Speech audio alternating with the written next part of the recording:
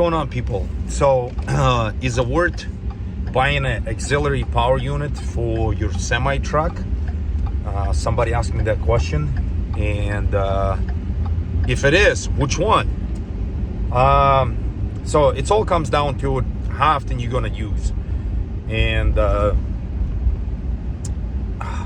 so I just checked. They anywhere from $12,000 to $15,000 brand new with installation. And I did have experience with the Thermo King and the Carrier. Thermo King had very little experience, and I explained why. Because the truck I drove for about a year and I was planning to buy it, 95% of the time that thing was broke down. I changed the belts, starter, alternator, AC pump on it, and a lot of times it was broke down and it didn't really work very well for me. Then my other truck was an 01 Peterbilt. I stretched the frame on it, and a buddy of mine bought a used unit on auction, and he didn't do anything with it. He's like, I asked him if he wants to sell it, and he says yeah. So I got it. I didn't know what it was. It was a Carrier. I didn't know how many hours it was on it. Come to find out, it had 10,000 hours on it. So I basically refurbished the unit completely. I ran overhead, put a different newer injectors in it, fixed a couple things in the box what goes underneath the bunk. The difference between a Carrier and a Thermo King, Carrier, it's more of anything, it's like an electric unit. It actually has a diesel engine with alternator, and it propels the generator. And then generator creates the power, and everything works off electricity. Thermo King, right? Thermo King is more of a like a semi thing setup.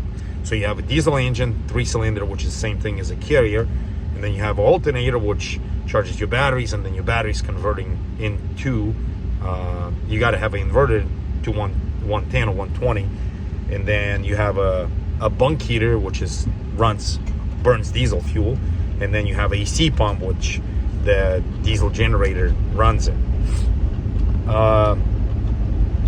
So if I would have to buy one, I probably would go with the Carrier unless they change something in them.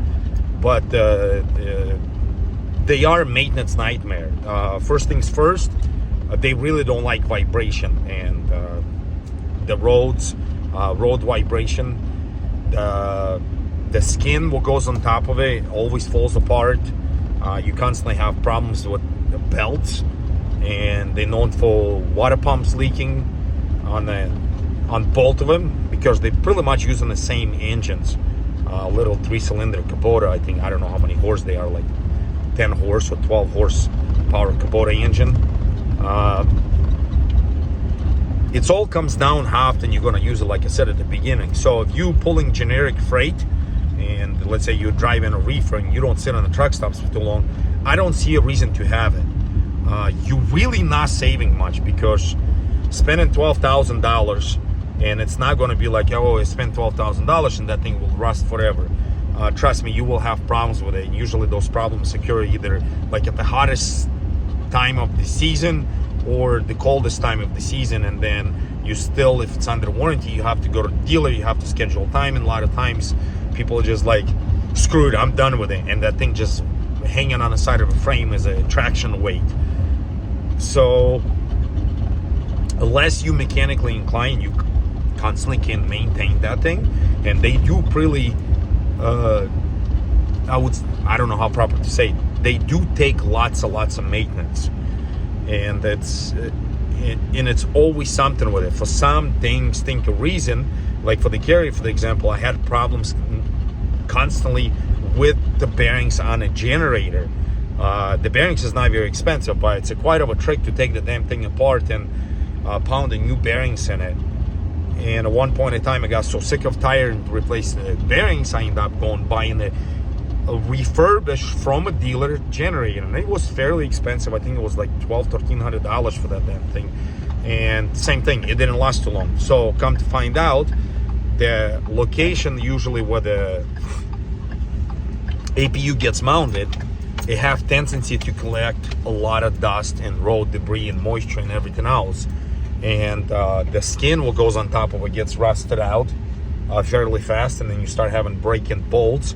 And if you miss it and you don't wash the damn thing inside, the subframe what goes in the engine sits and all the stuff gets attached to it. They are made from really thin steel. At least they used to be made from very thin steel, and they have tendency to rust out and break. And then the motor mounts they use on them, they get dry rotted really fast, because if let's say you use that thing in the summertime, it seems like creates a tremendous amount of heat inside. The rubber gets dried out, and the same thing in the wintertime. Just, I don't know, the motor mounts are just junk. Maybe I don't know what they made, but that's what I noticed. And I changed the motor mounts pretty much once a year, because they get so they carry so much. Their little engine carries so much vibration, it's almost impossible to sleep inside of the truck. Trust me, more than a bigger engine. Because the difference between a Carrier and a Thermo King, Carrier, it's, if you turn it on, it will be constantly on. The Thermo King, it comes on and off, and that's why you have problem with the starters, alternators, AC compressors, and everything else. On the Carrier, it runs all the time, right? I get confused between the Thermo King and the Carrier. So if I would have to buy one, let's say if you decided to do a heavy haul and you planning to sit on the truck stops for a while to wait for the load or something like that, I would go lean more towards the Carrier. For reason being, I had experience, and I had better experience with it than a Thermo King. And those auxiliary power units, it's not like if I buy one, it's 100%. I never will idle my truck. There's a breaking point on it. So mine used to be like between 15 to 10 degrees, depends on the windshield. If it gets cold enough, I will still run my truck, because those things will not cycle enough fuel through the tanks to keep the fuel warm, and you have tendency to freeze up. And the feeder line what goes inside of the tank, it's so small, and it's a stainless steel aluminum, and they will still they have tendency, the fuel gets thicker, and it will freeze up, and then the thing will shut off. But yes, they will keep the engine fairly warm. And then on the other side, when it's really hot, they don't have enough BTUs to keep the cap cool, so you really have to close your curtains. And if you have a stand-up sleeper on a really hot weather, when you're sitting in an asphalt like in a truck stop, they will not keep up. And at first, when I had problem with mine, I was in Arizona and it was like 101 degrees. I ended up letting my truck idle because it was too damn hot. And same thing, I ran into Texas in the middle of summer.